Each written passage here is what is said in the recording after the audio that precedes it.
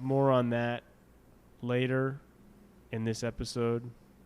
Assuming, are we stopping around, or are we gonna do like? Are we gonna stream 24/7 until they release a release date? I just wanted to get a.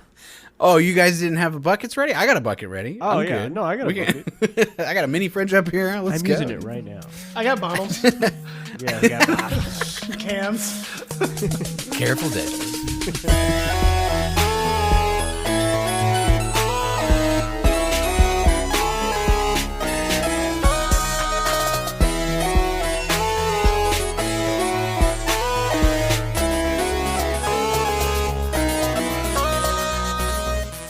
Hello and welcome to Grass Touchers, the show where the three of us pals get right into the video games, despite how little time we have for them lately. I am Jake.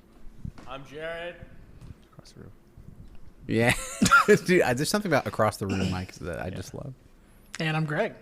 I want to hear all about it.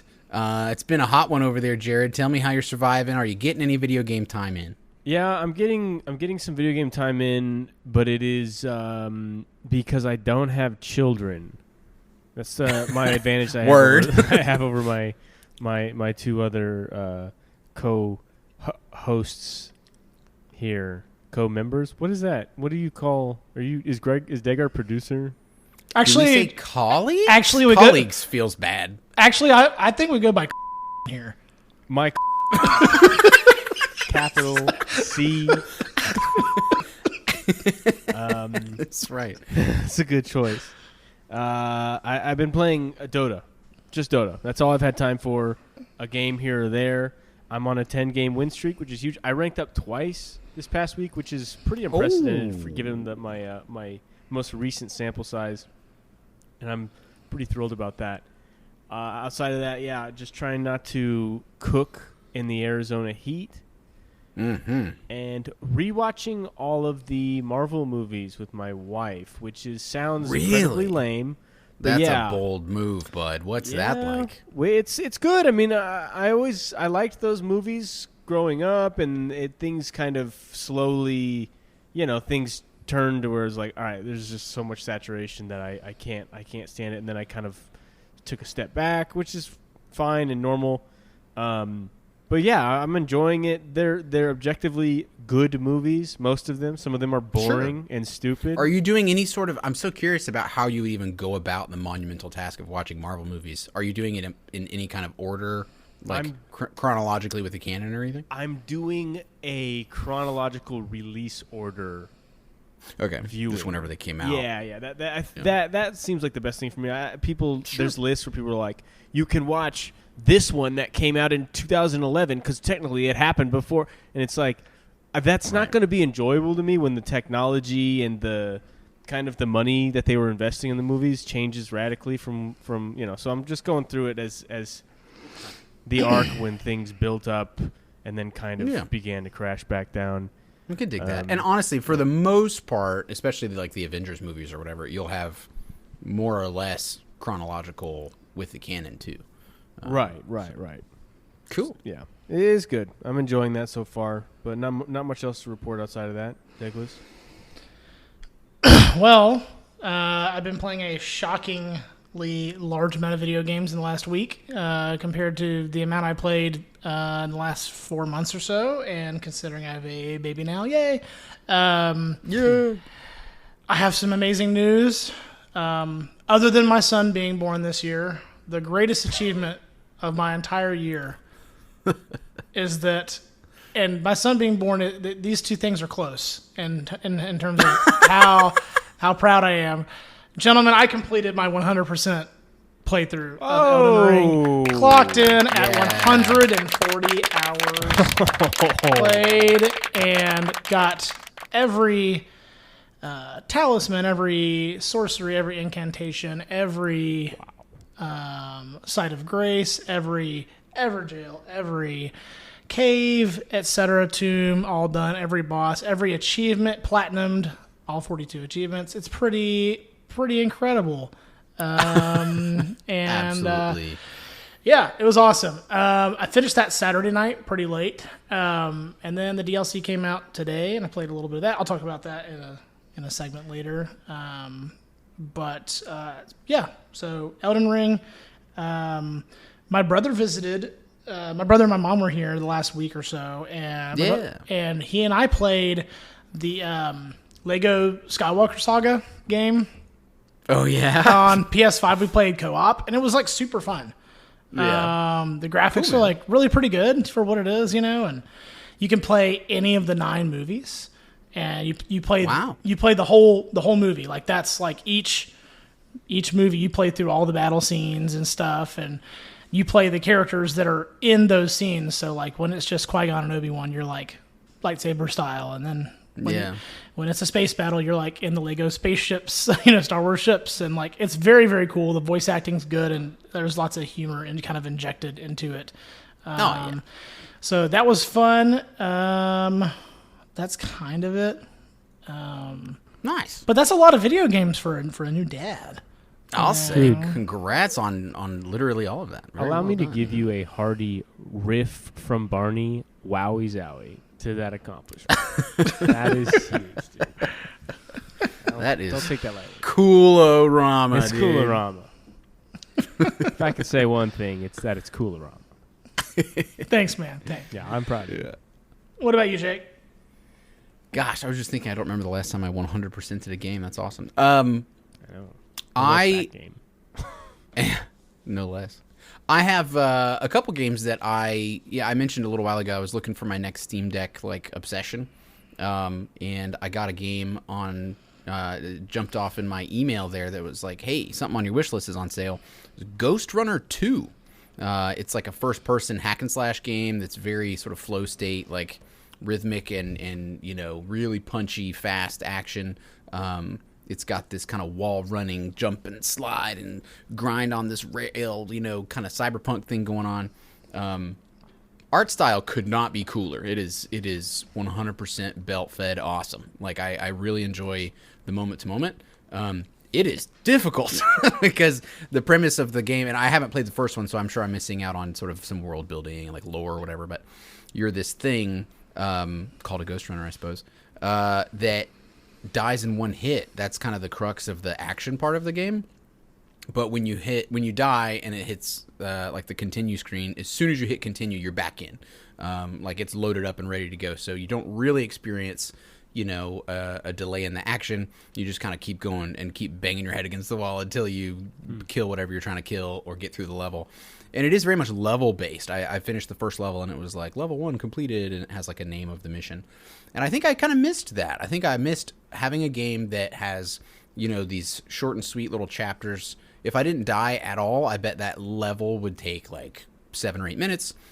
Took me like 30 because the boss at the end was like pretty tricky, and I haven't played any sort of action twitchy game like this in a long time, parrying and perfectly timing things and dodging things. And then like, I think it might be sort of a warm up for my Elden Ring experience that's coming down my way in a few months or whenever. Because it was like, well, I have to die to this boss a couple different ways so I can see his vocabulary of like moves. And now I know what to expect. And now I know I got to dodge behind him this direction so that I can hit him 3 times this way, 4 times if I'm lucky. Like just kind of getting the rhythm of things down. I really enjoy it. I think it's a pretty cool game. Rocket League, I have continued on. I went ahead and played my 10 placement matches in ranked 3v3, and playing with randos and no voice comms. I am gold 1 or 2, depending on how my evening goes.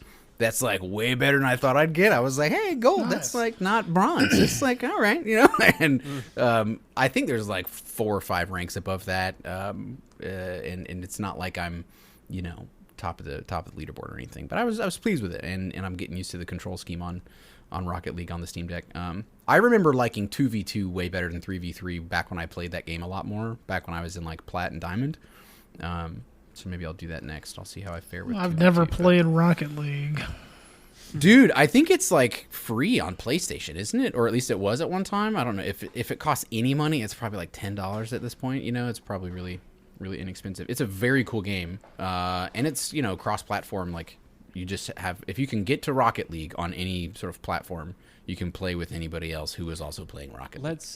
Greg just very cool. 100%ed a notoriously difficult game.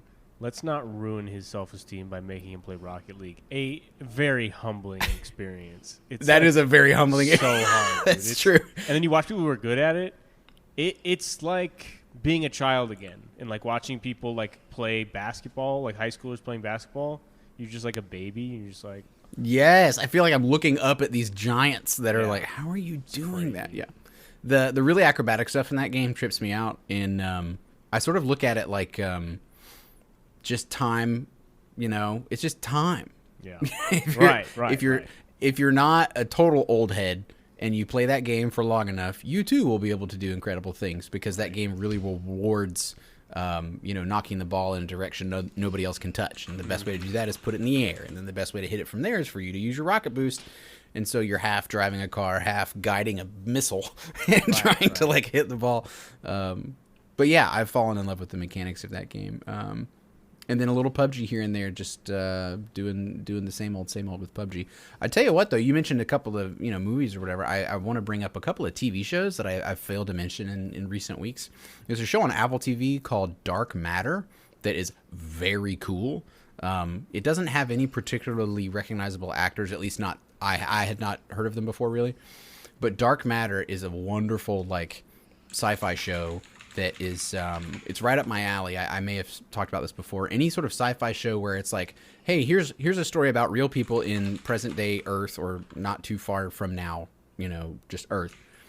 But there's like one premise about the show that is different. In this one, it's like a quantum entanglement sort of superposition phenomenon that somebody figured out how to wrangle. And he can put himself in superposition, and then he can see into infinite timelines, and he can jump to any timeline that he wants to. It's sort of quantum leap kind of thing. But it's not just time travel, and it's not like he can turn a knob and pick a time. The way that they show the mechanic is really, really interesting, and the way it gets very psychological is interesting. It's almost a thriller. It's like very suspenseful. And there's quite the mystery that kind of unravels over the course of the show. So if you've got Apple TV, I highly recommend Dark Matter. And then for laughs, I'm looking it up. Yeah, you may know. You're much more Robert of a TV De Niro, Jerry Seinfeld, head. Ray Romano. Wow. Yeah. Oh my God, a sci-fi show with those three guys? You kidding me? All day. How do you up? The show that the family and I have been watching. I can't remember if I've talked about it on the show or not. Holy Moly.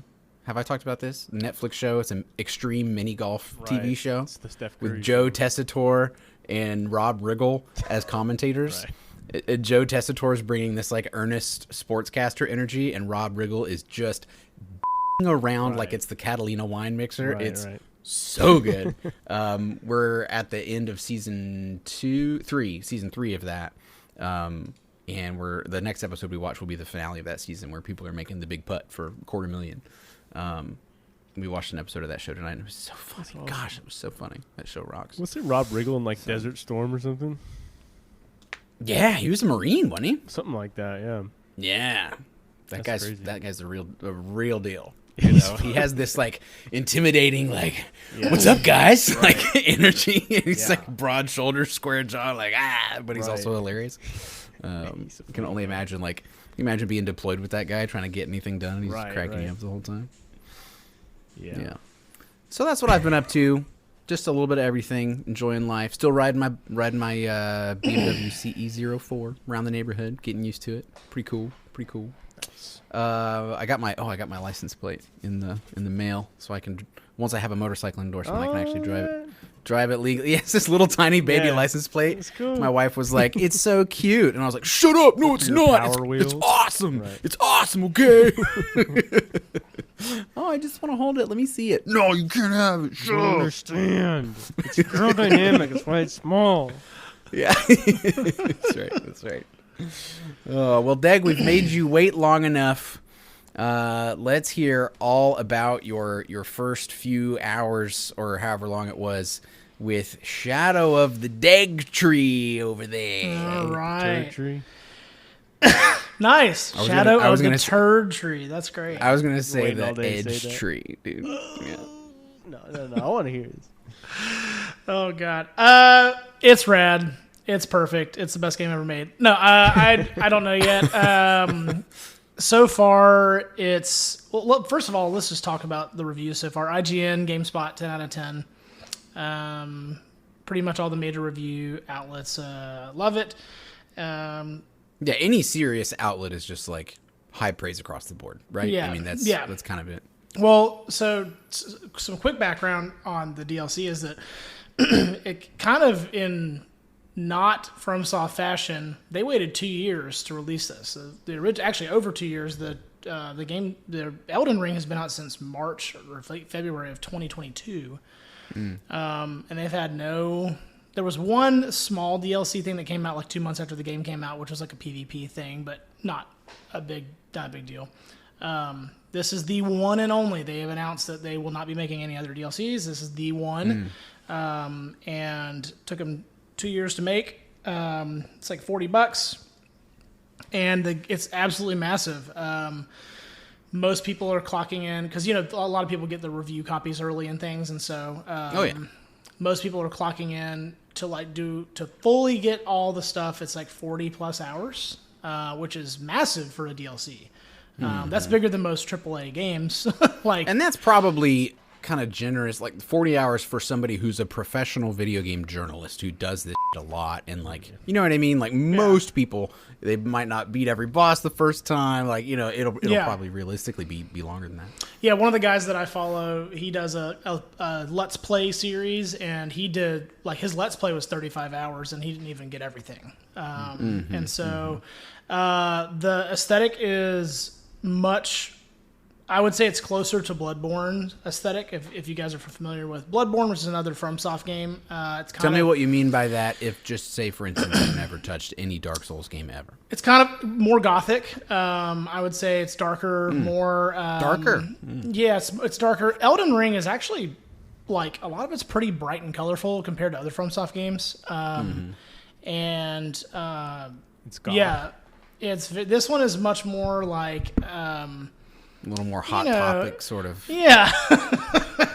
Is that your Letterkenny impression? That's the goth dancing. You guys ever seen the goth dancers? Those I'm thinking goth of- raves? I'm thinking in the show Letterkenny, there's the skids that are all dressed up like goths and they dance like that. Yeah, dude, that's what it is. They do the weird industrial house dance. Yeah. Sorry. Anyway. The dark aesthetic extends also to kind of the story, which I don't really know what's going on. I haven't read really anything about. I've been really careful to not read story spoilers, but basically the plot of the DLC is there's all the major bosses in the original Elden Ring, they're siblings, and one of the siblings you don't see at all in Elden Ring because he's supposedly dead, right? Mm-hmm. And the plot of the DLC is that it turns out that at least his soul, I don't know if his body, but at least his soul is still alive, and you follow his soul into the Shadowlands or whatever. And you're following, he leaves crosses, actually look like Christian crosses. He leaves these crosses everywhere, and you're tracing his footsteps and finding out what he's up to. That's kind of the plot. And it's very mysterious, and I dig it. Don't quite know what's going on plot-wise, but that's, FromSoft games are notoriously ambiguous when it comes to lore. You have to do a lot of reading on your own if you really want to know what's going on. It's pretty dense stuff, right? You can engage with it as much as you want to, but if you go down the rabbit hole, it's kind of a lot. Yeah, and especially so with Elden Ring because the lore of Elden Ring, the actual backstory was all written by George R.R. Martin. So that's right. Yeah, Game of Thrones guy. And the lore of the game was written by the developers, but all the backstory, the characters, and all the stuff that sets up both of these games, the game and the DLC, is all written by him. And so it is dense. Yeah, it's like Game of Thrones dense. There's a million characters, and they all are vying for power in their own ways, and it's very, very dark and twisted. It's very much in keeping with that kind of aesthetic, and I dig it. So far, the DLC combat 10 out of 10. It feels exactly like the original game, just with more weapons and more spells and all the things. So have you tried any of the new stuff? Are you trying a new weapon type or anything, or like what's been your kind of like build or whatever? Has it changed from your base game? I'm running the same build, but I imagine it's going to change. I'm sorry, let me clarify. I'm running the same build that I've been running for a while now, which is a blood based build. So using weapons that cause bleed, and I invest pretty heavy into bleed because in the base game, bleed is pretty overpowered. Like you can just wreck people with bleed. Not as effective in the DLC, and a lot of people have been talking about how hard the DLC. I will say my biggest takeaway so far is that it's really hard. My character's level, I'm about 183, which if you don't do any like tons of side content in the original game, you probably would finish. If you beat the main story, you'd probably finish about level 100 or 120. So I'm like mid 180s, and I'm getting wrecked. Oh no! by like just normal enemies, they just do so much damage, and like it's very much geared towards people who like have played the game a lot. Do you think it's a skill issue, or like there's just a new set of min-max like stuff you got to do in order to get through the DLC? Okay. Both. A lot of the enemies use new weapons and new spells and things that are only in the DLC, and their stats are all like really pumped up because it's DLC. Yeah, I mean, so you have no idea what to expect because you've got stuff that you need to counter that you've never seen before. Like what counters this? I don't know yet. Yeah. One of the new things is like a automatic crossbow. So like in the original game, you can get a crossbow and they're single load.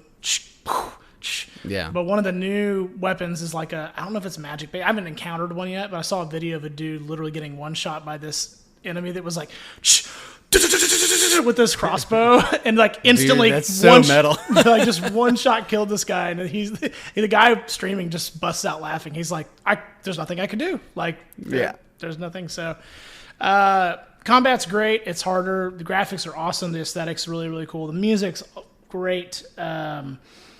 It's awesome. I've been really enjoying it, and they knocked it out of the park. And I think they're very smart by saying we're not going to do another DLC because this one's so good. They didn't say it's so good. You know what I'm saying? I think. Well, yeah, and I'm sure they've got other stuff like on the burners that they're ready to move on to or whatever. So.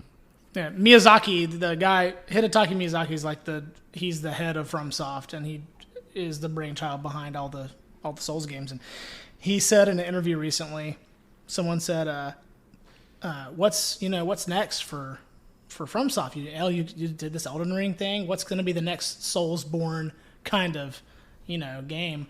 And he's like, "I don't know. Someone else needs to make it." And they were like, "What do you mean?" He's like, "I don't know. I think that I think this is really interesting." He said, "I know what's going to happen because I make the games. And I really just want to play a game in my style that I don't know."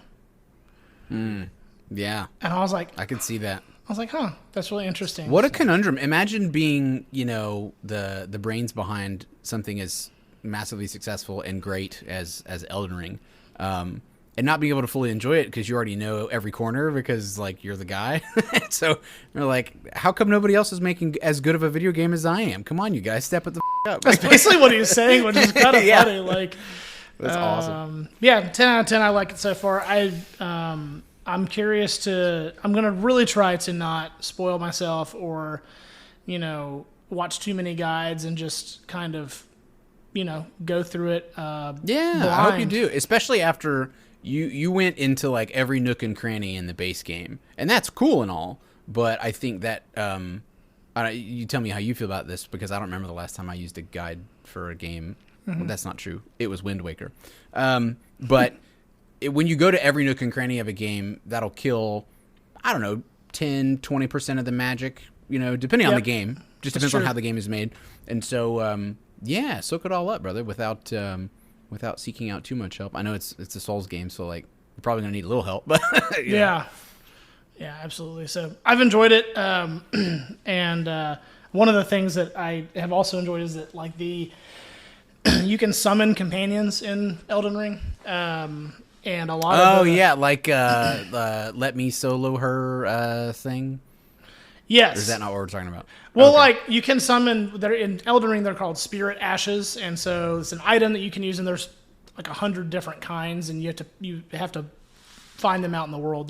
They're secret items, but so this is like an NPC that you spawn in. yeah, that you're talking about. yeah. You like use a. It's like Okay. it's called spirit calling bell, and your character literally goes ding ding ding ding ding, and this like ghost appears to fight for you. And there's like 100 different kinds, and what I'm really enjoying is that the hardcore player base, their whole thing is not using summons. Like that's the hill they die on is you're not playing Elden Ring if you're using spirit summons. Oh my gosh. And Gatekeeping. And Miyazaki like straight up came out and said, "We designed the DLC to be so hard that you have to use spirit summons." Yeah. And all these tryhards like, it's like, oh my god, this makes me so happy. Dude, somebody should create a video game where you play as Miyazaki, and then he can play that. That would probably he'd probably. That'd be crazy, dude. You could be me. What if you play as Miyazaki and you're just like in your house and you sit on the couch and you turn on your PlayStation and like Elden Ring play comes up. Elden Ring, and you just make like- him play Elden Ring, and he's like, "I don't want to play it." And you're like, "Do it," or you make him develop Elden Ring 2.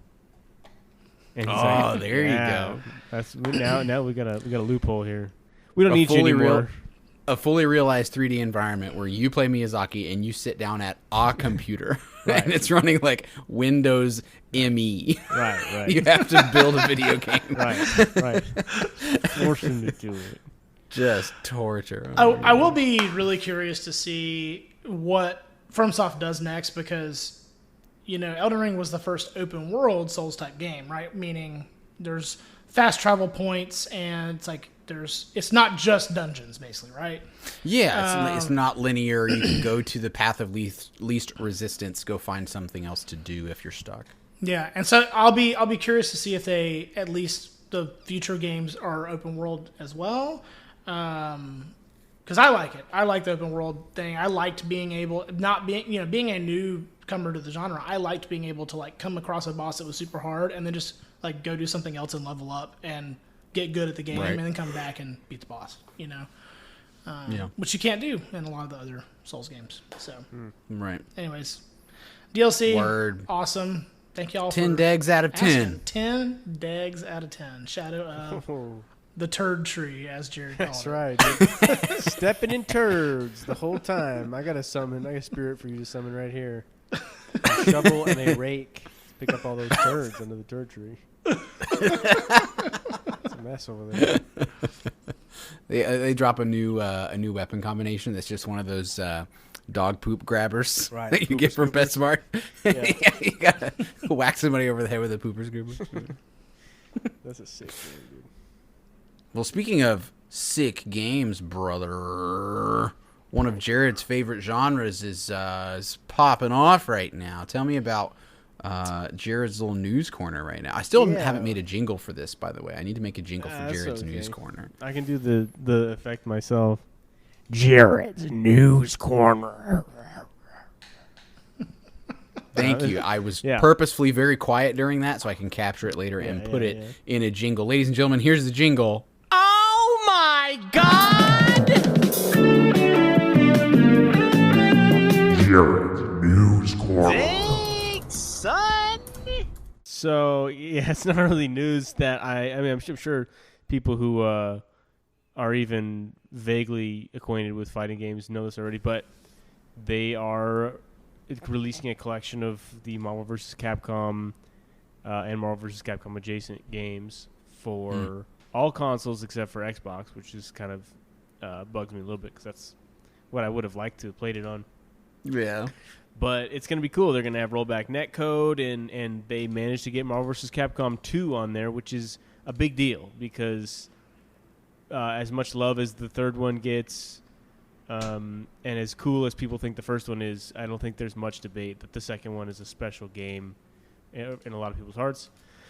So yeah, that's going to get released, and I'm so uneducated that I actually don't even know when they are. Let me see when they're supposed to be releasing it. Stay tuned for more. So was there like an announcement that it's being worked on, or it is one of those like announcements that an announcement is coming later, or? No, it's like I would say it's there's like footage of of the game. Obviously it's a compilation, so the footage is of like.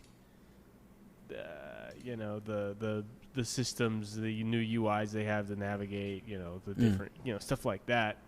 But there is the release date appears to be TBD.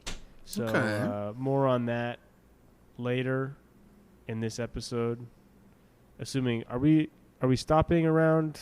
Or are we gonna do like? Are we gonna stream 24/7 until they release a release date? I just wanted to get a.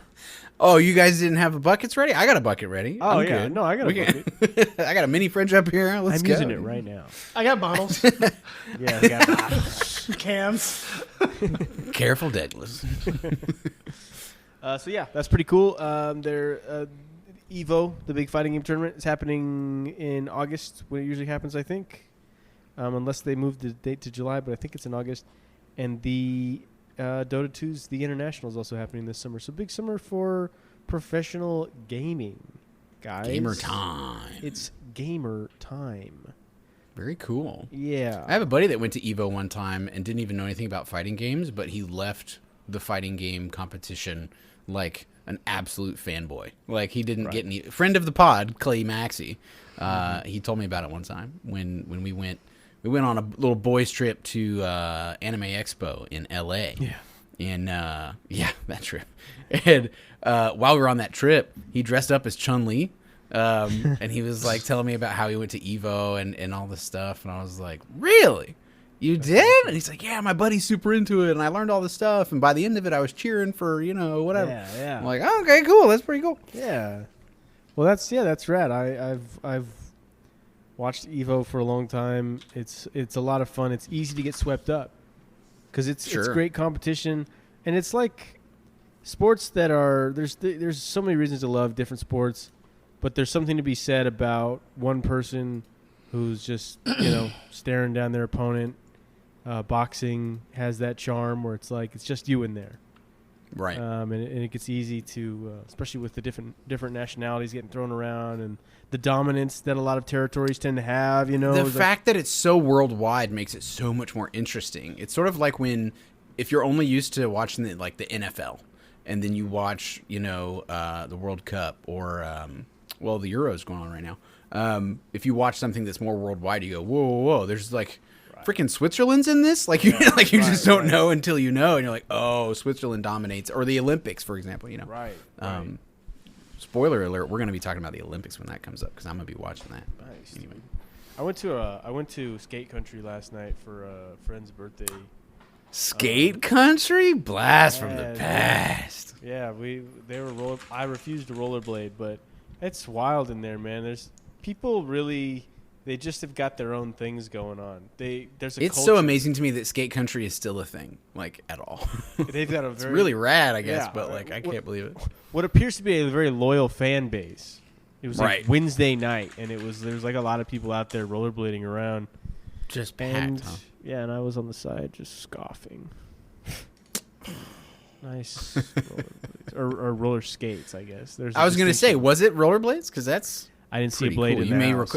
You may recall back in middle school, I was quite the fruit booter. Yeah, Fruit Boot Phillips over there skating around, grinding rails, and we are not talking about metal poles. You know what I'm saying, folks? Oh, Get yeah. freaky deaky with it. I was the original grinder. Wait, no, I didn't. That came out. I didn't say that. Whoa. Yeah, dude. There were a few rollerblading video games. There was a game called Aggressive Inline, I remember. Oh, I remember Aggressive Inline. Are you kidding me? That came out at the height of my rollerblading obsession. I was so all over that game. Nice. I think I vacillated back and forth between Aggressive Inline and like Dave Mirra BMX. Dang, dude. On R.I.P. the to a great one. GameCube. Yeah. R.I.P. to a great one, Dave Mirra, the miracle man. They called him that because he broke no bones in his body. The only thing that broke, unfortunately, was his brain because he freaking killed himself, dude. So sad. Oh my God. What's the deal with that, man? I know. Just break a bone already. Sad. He was too Yeah. afraid. He was getting old, and he's like, there's no way I'm going to be able to keep doing this as a profession and not break a bone, so I have to kill myself first. Dang. I'm trying to be cool like all my friends and break something, but I can't. What's wrong with I me? can't handle the pressure. Also, he died in Greenville, North Carolina. No wonder he killed himself. Whoa. I didn't Hey, know that. respect to the home team. Wow, you guys, thanks a lot. Thanks a lot, North That's right. Carolina. You took away one of the world's best people. Confirmed. That's right, Dude, Kelly Slater. Smell you later, Kelly Slater. They had a dude. search It's so interesting to me in the late '90s, early 2000s. The people that were at the peak of each respective like extreme sport were like household names to me. Yeah. Shaun White, Dave Mirra, Kelly Slater. You got your Tony Hawk, your Bucky Lasix, your Rodney Mullins, right? Yeah. You got all those cats like Steve-O, Party Boy, Wee Man. Bam, you know, come on, yeah, those are, yeah, all incredible athletes. extreme sports, like getting hit in the nuts repeatedly and eating things and vomiting. Extreme Yes. retardation. Yeah. Right. All right. Well, ladies and gentlemen, thank you so much for joining us this week for yet another pod show with the fellas. I hope you are enjoying this brutally warm weather that we're having and getting out there. Please check it out on Instagram and YouTube. We've got a little bit of content coming your way, and I think more. We'll probably play a little bit tonight. Let's see if we get any footage for you. Please let us know what you think. Write us in the DMs, leave some reviews, and until next time, don't forget, get on out there and touch some grass.